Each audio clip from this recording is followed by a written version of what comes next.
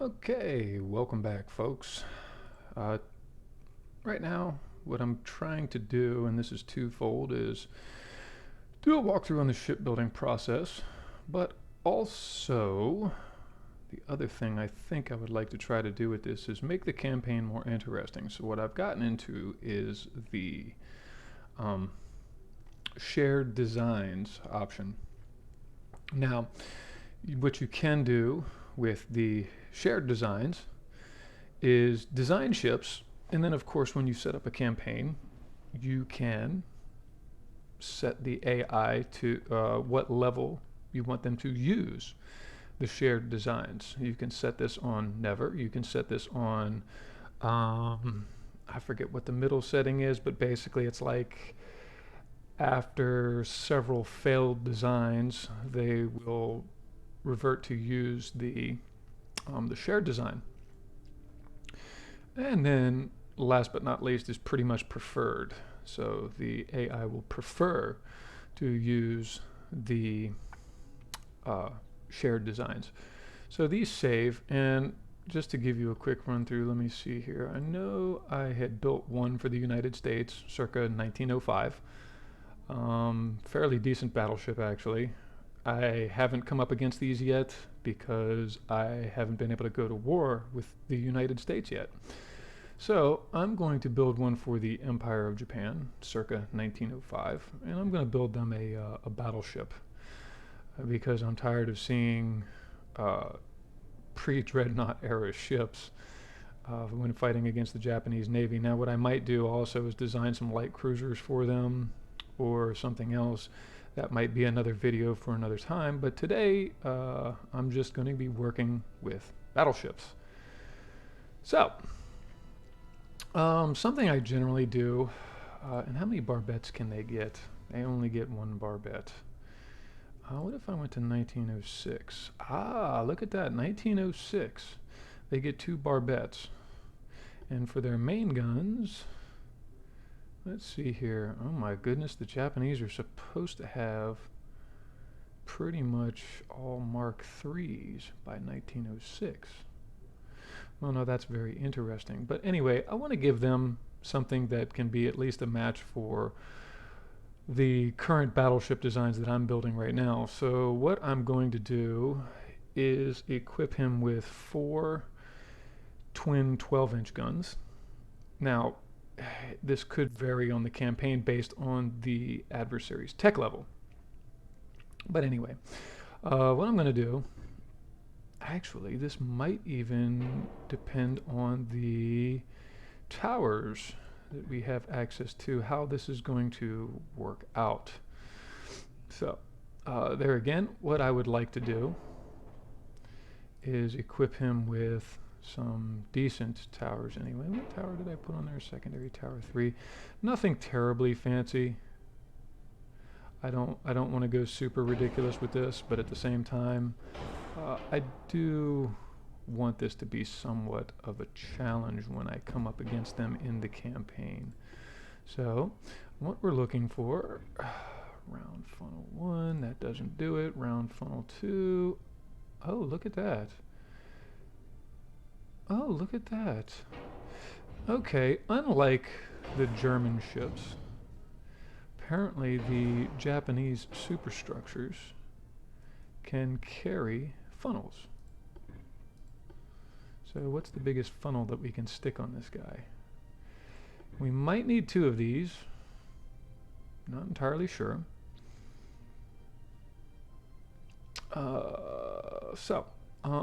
Multiple expansion steam. Do I want to go to turbines? Maybe. But let's start them off. Ooh, the multiple expansion 1 is actually obsolete. So by this time period, they actually... so we'll start off with this. And the ship does do refits. I've seen ships that I have built for other nations that have been refit.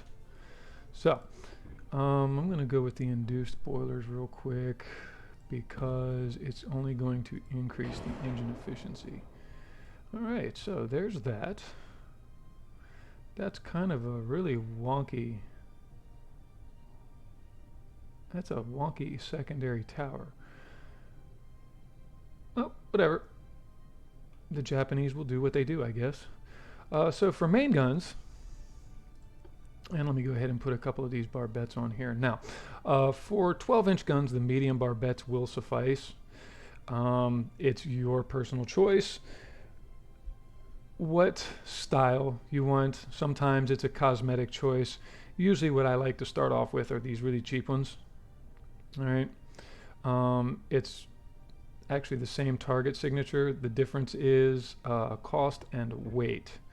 But this will support 12-inch guns.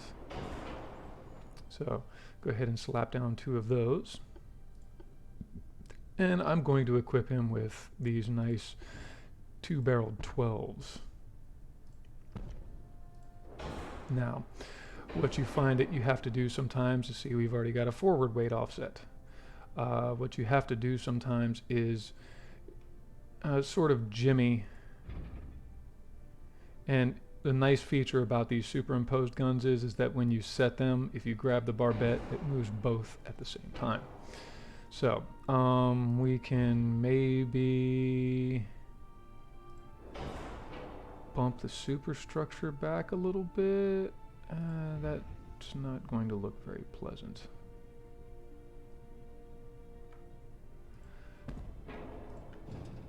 And I know cosmetics can be a concern. Typically it's not an issue for me personally. My concern is, does the ship work? So we've moved those back. Now what we can do is, there we go. Much better, much better. All right, so we've got 4 twin 12-inch turrets. Now, secondary guns, this is going to once again depend greatly upon personal preference. And the Japanese secondary gun tech in 1906 is still pretty much solid Mark IIs. General rule of thumb is that with your secondary or with your gun calibers, you want to use as limited a number of differing calibers as possible. This is going to help with aim speed and accuracy, simply because, you know, historically crews, they would use the gun splashes to determine, okay, this is where the gun is aiming, so on and so forth. So for this entry level one, let's see here, and I mean this is Dreadnought 1, so in my campaign currently as Germany in 1903 or 1904 now? In any case, the episodes where I walk through the German campaign, I'm in the early 1900s, and I already have Dreadnought 2 hulls. So this thing is limiting Japan to Dreadnoughts in 1906, meaning I'm not really going to come up against these maybe anytime soon. It really does depend on the tech level of the various nations. I'm going to give him 22 knots. Oh no, that's not going to fly, is it? And as you start getting into more advanced engines, you will find that you can increase the speed of a hull if it's preferable to making it tougher. But right now I've got him with multiple expansion steam number 2s, which is a cheaper engine. As I pointed out in my campaign at this point, I'm on to steam turbines as well. There's been certain techs that I've been focusing on. I do not have auxiliary engines yet, so the auxiliary engine actually is really nice to put on pretty much any ship, because you get bonuses to repairs, you get increased turn rate, rudder shift speed, not to mention if your engines do get knocked out, you have a reserve engine that can push them along a little bit better, or at least on a limited basis, but still it doesn't become a sitting duck. Right? So, do I want to leave him at 22 knots? What's this one? 21 and a half. You know what? Again, my Dreadnought hulls go up to 22. So pretty much all of my Dreadnoughts are standardized at 22 knots. If the Japanese want to build these and refit them, they can by all means, and I won't take offense to it. I promise I won't take offense to it. um, they can upgrade these as they see fit. Let's see if we can't get some 2-inch casement guns. Beautiful. This will help with destroyer deterrence. All right, so coal fuel. Do the Japanese? Yeah, they won't have that yet. Neither do I. I haven't gotten there. But the induced boilers are an option. These are nice if you're trying to save space on your ship deck and you want to increase engine power, or as is the case with the German heavy cruisers, you don't get enough funnel capacity on the 2 slots that they get. So you might need to use induced boilers to beef up your engine efficiency. All right, so what kind of armor do we have access to? Currently, I'm using Harvey armor. So, and this is something I haven't actually had a chance to check in the campaign yet. I've built ships for Spain, but because they're very, very, very far behind on the tech tree, actually, I think Britain is the furthest behind, but that's because Britain was non-existent for about 5 years. they got taken out, but it's nice to see that that major nations can come back from the ashes. So it's going to depend on their tech level. I'm going to put Harvey armor on these. Barbette 2 because that's, and I'm basically building off of experience with what I've done with the German dreadnoughts. Anti-flood 2 is a necessity, and I still have Citadel 1s, so I'm going to put Citadel 1 on this. And you know what? Let me fiddle around with the internals and stuff like that. I'm going to leave the beam and draft alone on the battleship, simply because I don't. And battleships are one of the few that, if they typically start off maxed out. If you get to fiddling with the beam and the draft, it actually affects the maximum displacement. So I'm going to try to keep this one down. This is going to be basically a Japanese dreadnought that they might hopefully be able to rely on. And again, for me, this is really a matter of. For me, this is really just a matter of trying to improve the campaign gameplay, because the AI, for those of you that are familiar with this game, you know the AI really, really does a terrible job assembling ships. So I'm going to go ahead and max out the length on his 2s. That's actually kind of nice. He gets 33, 36 on HEAP. Okay.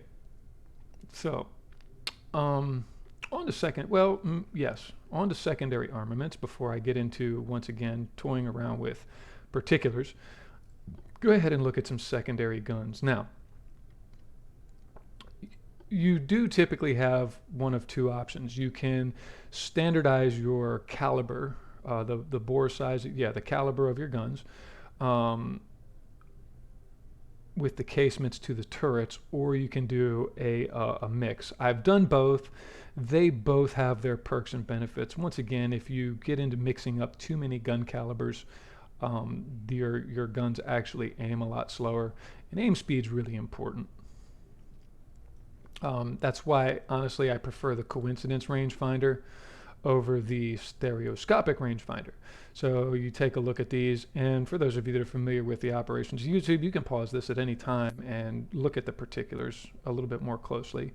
But the idea here is that the coincidence 1 rangefinder, and I'm going to stick with the 1 to the 1 instead of looking at the 2 to the 1. You can do that if you really want. But 70% aim speed and 5% base accuracy versus 40% aim speed and 17.5 long range accuracy. Now, If you've watched any of my gameplay on the campaign, you know that I tend to play a little bit more aggressively. So I really like the coincidence rangefinders because faster aim speed, better base accuracy. However, I have toyed around on a limited basis, and you can do this, and that's kind of the beauty of this game. You can toy around with special build ships, limited build ships that serve a specific purpose. So you could theoretically set up uber long range ships and put the stereoscopic rangefinder on them. They might perform well. It's just my personal preference in relation to that is more more aggressive. I like to get up close, which is why my ships are built the way that they're built. I'm not sure what the Japanese are going to want to do to this particular ship, but they get TNT. That's good. Ballistite versus, oh boy, they're off of the white powder. So your choices here are really, it's going to be down to ballistite because cordite, I've come up against ships that use cordite, and it's generally a really good fireworks show. See, white powder is obsolete at this point, and the required tech is unavailable. So I'm going to stick with the ballistite. Its accuracy is better, -3 versus -4.5. Its gun range isn't as good. Its penetration is better. Its muzzle velocity is better. And it has smaller, other than flash fire spreading chance, actually, ballistite actually has a higher flash fire spread. But the flash fire explosion chance is much lower, 20% lower as a matter of fact. So stick with the ballistite. TNT is a really good all-around bursting charge. It increases the shell damage pretty well. Wow, picric acid is obsolete. It's funny because I'm still using gun cotton. Actually, I've just started switching over to TNT1. Picric acid, as you can see, if you're going to make a high explosive ship, picric acid is a really good choice. I usually use this on my destroyers because the idea with the destroyer is to not get hit in the first place. But you'll notice 65% shell damage, 50% more HE shell damage, and then a 200% chance to increase fires with the HE shells. But for this build, this is going to be a general purpose battleship designed primarily for engaging other battleships. And that's not fair. He gets the radio. Why does he get the radio? My German dreadnoughts do not get the advanced radio yet. I think I know why. It's because I don't have the improved radio telegraph. And then this is actually a really nice early game tech to get if you're playing the campaign. You do want to find try to get these RDFs because it's a lot quicker. It's a lot quicker than having to hit retreat to get a general idea of their, it's a lot more convenient actually is what it really is. So, enhanced reloading, go with enhanced reloading. Going to go with advanced hydraulic turrets.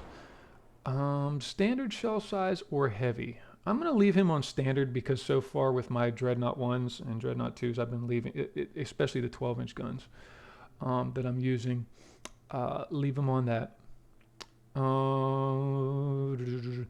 Standard ratio on the main shells. So that's going to be these guys. You went to standard ratio because you're going to be firing more AP shells. And max HE on the secondary. Why? Because the secondaries, you're not going to expect your secondary batteries, even on this thing, to even hurt a heavy cruiser. You might get through a light cruiser, and that's if you're going with, say, a 6-inch gun. And I do agree with Brother Monroe's rule of threes. It's a good basis to work off of. You have 3, you have 6, and then you have 9, of course. But for the secondary guns on a battleship, that's sort of irrelevant. So work within those parameters. as he points out, and it really does hold true. 4 is pretty much a large 3. 5 is pretty much a small 6, right? Now keep in mind, you also have weight constraints and finances that you might want to be considerate of if you're building these ships for your own navy. Let me see here. Because I have a Dreadnought 2, but that thing is another 2,500 tons larger than this guy. So I'm going to go with 5-inch twins. And actually the Japanese hulls might be really nice in this respect. So I'm going to go ahead and put down, I think I can really only get 3 of these in here. All right, aft weight offset. And see, if you stagger these, you get a side-to-side offset as well. So you want to be really careful, especially if you're getting into moving individual turrets around. Pay attention to your pitch roll, weight offset, that kind of stuff. All right, so we'll give him, and this is actually what I've done on my Dreadnought ones, is I'll put 5-inch twins, mainly for dealing with light ships that try to get too close. You'll note that at 2,500 to 5,000 meters, the penetration is going to be probably enough to hurt, especially destroyers. Though you also have to keep in mind that armor quality calculations. So if you haven't watched any of my other channels, the calculation is relatively simple. If you want to find out how much armor your gun will actually penetrate, you take the armor value, all right, and you add 1 to it. So percentages, of course, is a decimal point. 53% would be 0.53. So you would divide your gun's penetration, and actually you can scroll down on this as well and look up the other things there. So you can either do that or you can hover over this. It's nice to keep it up here though, because then you can actually see the gun length, the barrel length in relation. So the way this works, I think, is it has something to do with I don't recall offhand, I'm sorry. I'll try to find out for you next time.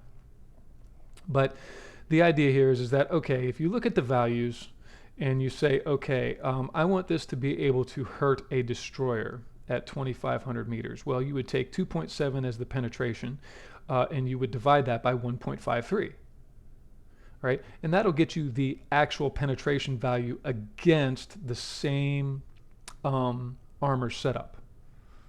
Okay, now it works inverse. I know it's algebraic, right? If you're good with math, this will make sense to you. On the other hand, if you want to find out the actual protection value of your current armor setup, you take the amount of armor you have and you multiply by 1.53. Okay, so it's obverse. To find penetration, the actual penetration, you take the number, divide by the armor value. And to find out actual protection of your ship, you would take the armor and multiply by the armor value. In this case, it's going to be 1.53. Now, if you upgrade to Krupp armor, you'll notice that it goes up to 78. If you go to, wow, they get Krupp 2 at 1906. If you go to Krupp 2, it's 98%. It's almost double. Almost double. So you would do, 12 inches times 1.98, and that would give you, so 12 times 2 that's going to be 24. You get actual close to 24 inches of actual protection off of that main belt. But because it's the time period that it is, I'm going to use Harvey armor. I know it's kind of lower end. Nickel steel is the lowest you can do. Harvey is what I'm currently equipping my ships with in 1903, 1904, maybe 1905, somewhere in there. And Harvey is the best armor I have. So it's going to vary really based on your research preferences and stuff. So this is what I've done with my Dreadnought ones in campaigns. They've served pretty well as this. I'll put 6-inch guns on the casemates. So some 5-inch turrets, and then some 6-inch guns on the casements. Now, if you really want to further increase anti-destroyer capacity, and no, I do not have a Congress or anything like that that's telling me what to do for ship designs. These are basically my personal experiences, tried and true methods. So these are things that I generally have done in the campaign, and they've proven pretty effective. For your main guns in a Dreadnought 1, my first Dreadnought 1 actually has 11-inch guns on it. So you can even downgun if you need to save space. But nonetheless, the protections are going to be very, very important on your battleship. And yeah, you want a cost limit in mind when producing, particularly battleships, but they are a significant investment. That is an absolute truth. The battleship is going to be your significant investment. So you don't want to skimp out on them if you can help it. All right. So general rule of thumb, once again, you can match your main belt to your main guns. All right. So 12-inch guns, 12-inch main belt. As you progress through certain tech levels and things like that, though, you might find that you can up armor ships, so you can have a 12-inch ship with 14 inches of main belt armor. That would be fine. You can do that. These are just things to consider as you progress and you start getting into refits and things like that. We are approaching our 25,000 ton limit on these ships, though, so I'm gonna have to start being very, very careful in what I do armor wise. So I'm gonna go with a 12.6, and this could even be really heavy. I've been watching some builds on modern era ships where you put your beef on the main belt, and then your fore and aft belt is basically 1.5. You could do that to save space too, but being that this is the Dreadnought era and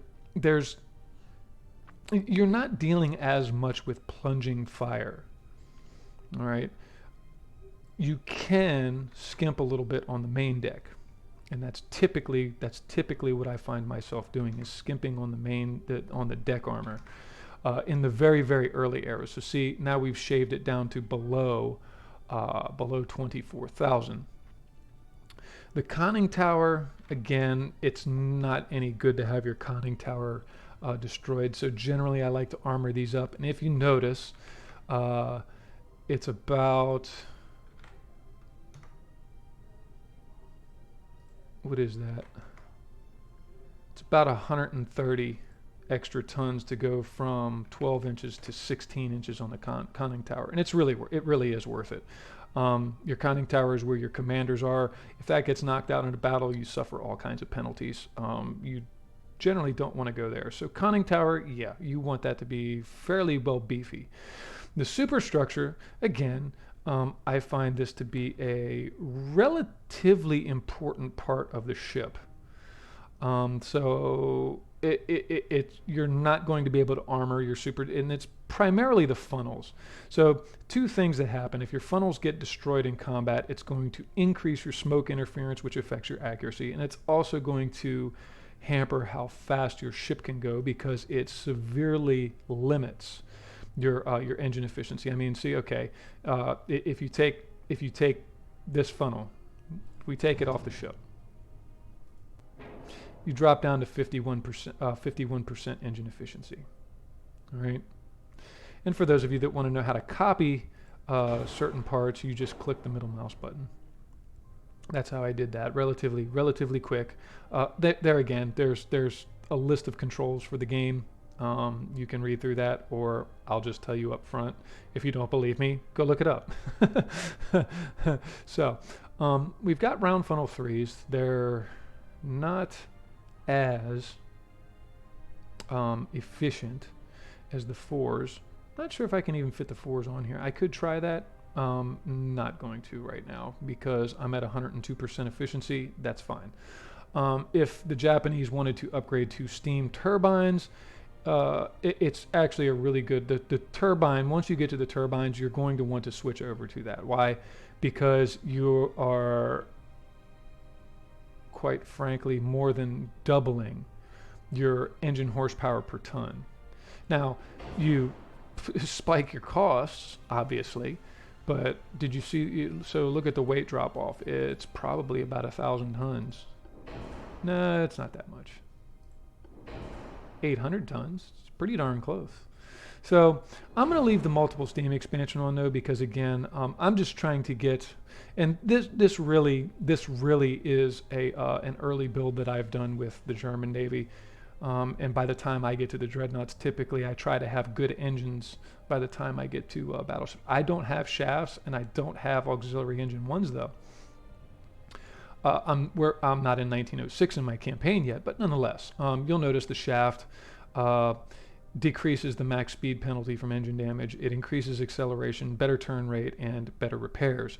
And much the same for the propulsion. So propulsion stuff is actually really important.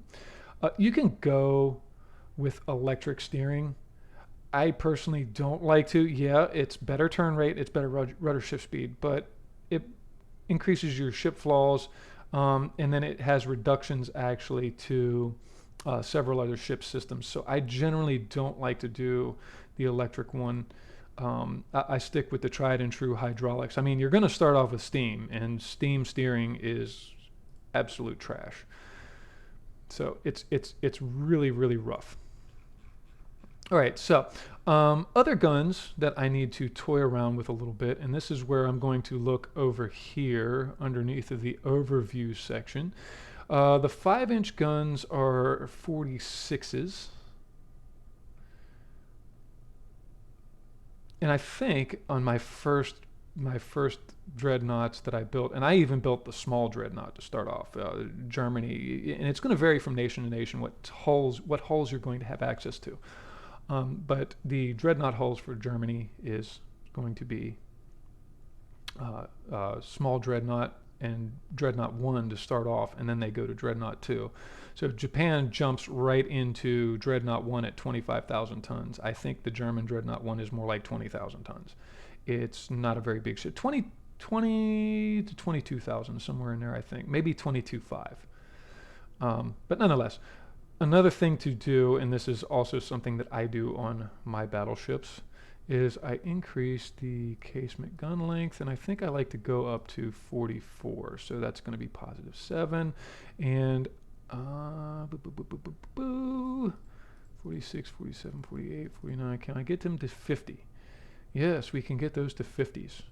So longer guns, there's a trade-off. And actually with the current version that I'm on, 127R, they said that they've included something in the patch to have a deteriorative effect on gun accuracy. So players that like to build these super long guns on their ships, you might find that decreases the accuracy slightly over time.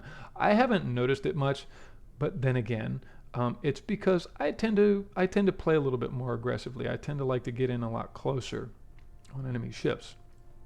All right, 2-inch guns though, I always max 2-inch guns out, and you'll notice that your 2-inch guns, at least in the early tech, are going to be simply your most accurate. Now what I'll do here is I'll take a 3-inch barrel.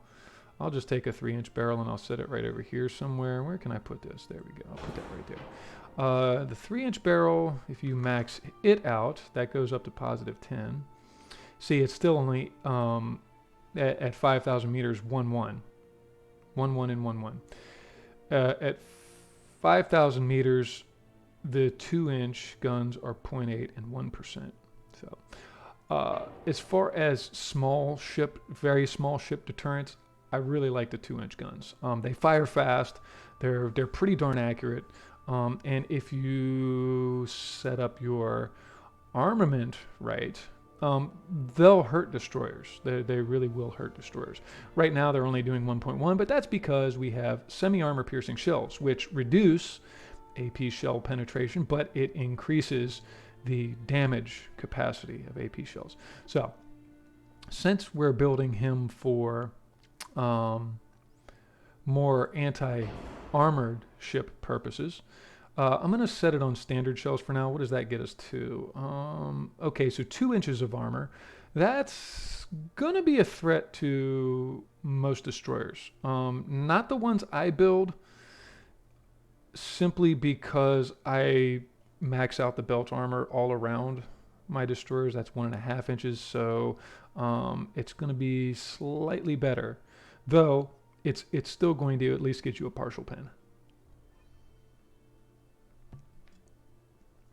Theoretically, anyway. Actually, you could wear a hole in it. That happens too. If you get enough damage onto armor sections of a ship, you can start eating through the armor. All right. You'll notice the casement guns actually are starting to get inferior to the turreted guns. For a while, the casements are going to be your bread and butter. I've done many ship builds and in the campaign anyway, and I'm a really big fan of those 2-inch casements, especially on the battleships. I limit how many of these I build, and actually I need to look at that position. No, that's okay. It gives a good sector of fire there, and this overlaps there. So these actually, you'll note, will actually crisscross out away from the ship a little bit. That's where the 5-inch guns will come in handy, though.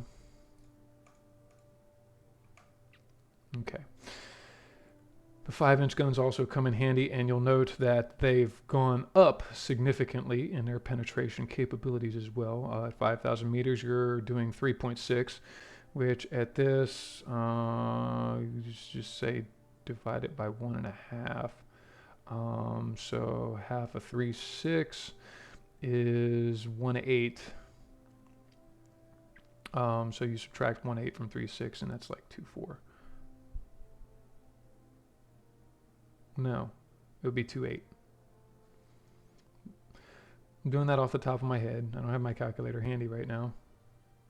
All right, and the 6-inch guns, of course, are going to give you really effective means of, so okay, 2.4. That's going to be a very, very light cruiser at 5,000 meters. Now, 5,000 meters at this tech period is starting to get fairly dangerous for battleships, because that's about where the torpedo tech is at that time, roughly. It's a good thing, especially with battleships, to consider how far away can they launch torpedoes at me, until you get to ships that are able to shoot torpedoes at 10, 11, 12 kilometers. Then okay, well, you're just going to have to get good at avoiding them. But it is something to consider, because and actually the real reason for that, now that I think about it, actually, is to give you an idea of where they're going to try to hold, right? The various ships that you'll be shooting. So at 5,000 meters and even out to 7,500 meters, these 5-inch guns are going to be a pretty big threat to destroyers, even destroyers, if they hit them. And that's the thing. So it's also why I like 5-inch guns. The 5-inch guns on the early Dreadnought 1 builds, you have a 1.8 actually, and don't take into account, of course, that the barrels are longer. So longer barrels, more accurate guns, but they fire slower. That is also something to consider. All right, so standard AP shells, the main guns are the ones I really concern myself with on the AP shells. The secondaries, there again, it's good to know what they can do, but since my secondary batteries have max HE, I don't worry so much about the armor penetration. I worry about it, just not as much. The big concern is the big guns. They're the ones that are going to be engaging with enemy ships. So at 7,500 meters, these guys are doing 19.1 penetration. Now, there's several things you can do actually, and it's part of the balancing act with these. You can go with better armor-piercing shells. You can upsize your shells. So you see, I have them set on standard shell size right now. You can up that to heavies. Heavies should be available from the get-go. So at 75 millimeter, 19.1. Divide it by 1.53, and what do you get? 12, almost 12 and a half inches of armor penetration. So you could, theoretically, you could look at this ship and say, all right, maybe I want to consider more armor on my main belt. Maybe not. It's totally up to your personal preferences. Like I said, I tend to go with probably extremely thin decks. But there again, it's because I try to get closer with my ships. So I build faster battleships in order to close with my opponents so that the plunging fire doesn't really get to me. Then they have to go through my main belt. And typically I beef those up as I get access to better and better technologies. So there's a couple of ways you can go about doing HE shells on these.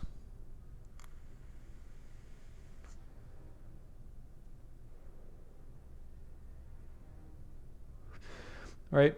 You can go with higher penetration HE shells, but keep in mind you're not going to do as much damage. What I typically favor, at least in the early period, I really need to start getting into later periods, but every time I go to run a campaign, I get into one of those global conflicts, and my alliance typically comes out on top. All the enemies get eliminated, and the game ends. It's rather annoying. So take that into account if you're running a campaign and you want to do a really, really long campaign. If a war is going really well for you, you can always end it and cancel some alliances and then attack some of the stronger guys if you want to challenge. It's what I'm working on right now, or at least was trying to.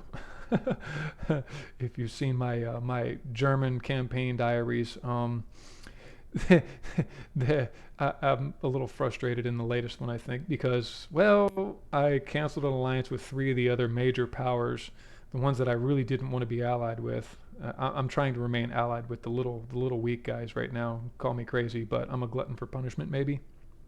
So what you can do is you can cap your HE shells, which is going to increase their range, it's increase their penetration, and the muzzle velocity, which does other things as well. But what I like to do is typically with nose fuse. That way, if there's a ship that I just can't penetrate, I mean, seriously, if I can't penetrate a ship with the good armor-piercing shells, how am I going to expect some HE shells to do the same? The HE shells don't penetrate anywhere near as good. So I'll switch over to HE shells and use the high explosives to kill crew and start fires. Works really well. It works really well for ships that you just can't hurt. Which, incidentally, the furthest I've gone along, I really like these high capacities. They're very nice. I haven't gotten to the incendiaries yet in any of the other campaigns. I haven't made it that far, but I've been starting early. The latest I've started is 1910. All right, so still dealing with the German Empire right before World War I, historically anyway. So, 2 things you can do for this. You can say, okay, 12.5 inches of armor penetration at 7,500 meters is probably really good. And it's going to depend on the spotting range of your ship too. Spotting range of your ship, the spotting range of your enemy ship. But in the early 1900s, 7,500 meters is actually kind of, well, no, it's not terribly far. 7,500 to 10,000 meters. These are 2 good ranges to look at. So obviously against this ship at 10,000 meters, you're going to fall a little short. You might be doing 12 inches of penetration. So it's not quite 2 less. Yeah, not quite 2. It's like 1.6 less. So you can do one of 2 things. You can cap your AP shells. And I'm going to leave these on standard because, again, My concern is, when are they going to unlock the various techs that it takes to build this? Oh, and that does remind me. I might need to, you know what? Yeah, so like I said, two-part. What I'm trying to do is walk you through general builds, particularly for Battleship this time, but also I'm using this as a shared design. So in the campaign, these shared designs are accessible to the AI. It just depends on how you have the settings put out on the campaign, right? So I'm going to leave with standard AP shells. By 1906, they really should have the nose fuse. It's like the first, because you start off with a base fuse and standard AP in 1890. That's unless the other nations are different. And please, comment if they are. More information is better. Discussions are really good. But generally, what I've seen is you start off with base fuse and standard shell. So the first shell that you really unlock, at least as far as I've seen, has been the nose fuse. So they should have that by now. They should have had that for a while by now. So the other thing you can do to influence your armor penetration is go ahead and use these heavy shells. Now, be aware, it does increase all of the dangers to your ship, but what it does do is it gives you better range, better penetration, and better damage, and particularly more damage for HE shells, more damage and fire chance. So I like to use or heavy shells sometimes for battleships. It allows you to use smaller guns that do more, which smaller guns would reload faster for one. That's very nice, actually. So 12-inch Mark IIIs, yeah, he should have that by 1906. So this is a general design scheme that I use for entering into the Dreadnought-Era. Now, keep in mind, when I first got into Dreadnought hulls, I did not have two superimposed barbettes. So if you are planning on building something very similar to this, be sure you have pushed your research to where you have two superimposed large guns. Otherwise, you're going to be stuck with one of two options. You would have to move this turret back and drop this one down. You could stick this turret in between the superstructures, as I've seen in historical ships. You could do that. Or you just simply do a two fore turrets and a single aft turret, which I have done that. They work fairly well. It's just it's a little weird for people to think of it like that. A six main gun dreadnought.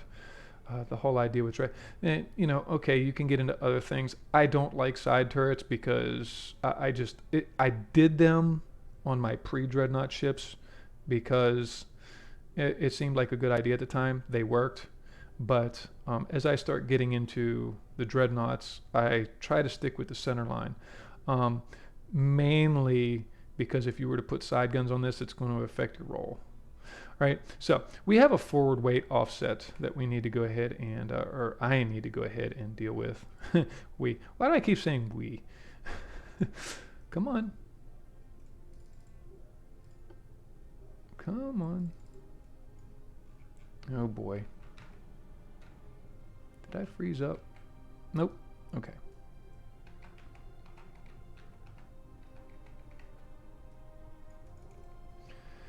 Oh, good grief. Let me, there we go. All right. We have a forward weight offset that we need to deal with. So, easiest way, if you like your armor scheme where it is, easiest way to do that is to start moving some things around. So we can probably, boop, boop, boop, boop. We can do that and maybe tuck this one back a little bit more. Oh, that's nice. That's lovely. That's quite lovely. Okay. So that doesn't expand the citadel too terribly. And this is another thing you're going to want to pay attention to are these sections. This red, this darker red area, this bright red area are your engines. Right, that's your engines. This darker like gray red area or whatever color that is, it's a red. It's just I can't exactly tell what red. That darker gray area is your citadel. Is your main. Yeah, it's your citadel. So your mains are going to be based upon this, right? And this main is almost a little bit forward, which would explain why when we increase or decrease the mains, it affects the weight offset. But the wider you put these, and here, let me show you this real quick. The wider you put these, if I were to put this all the way forward, you move the citadel way out to the front of the ship. Well, I don't think that quite works. So we're going to bring it back. Got a 0.1 forward weight offset. That's pretty good. If you really want to spend the time, you can try for a perfectly balanced ship. It does happen on occasion. Sometimes you get lucky. Sometimes your design just works out. You get a perfectly balanced ship. This one, it's a little off. All right, so that is going to be the Yamashiro for the Empire of Japan.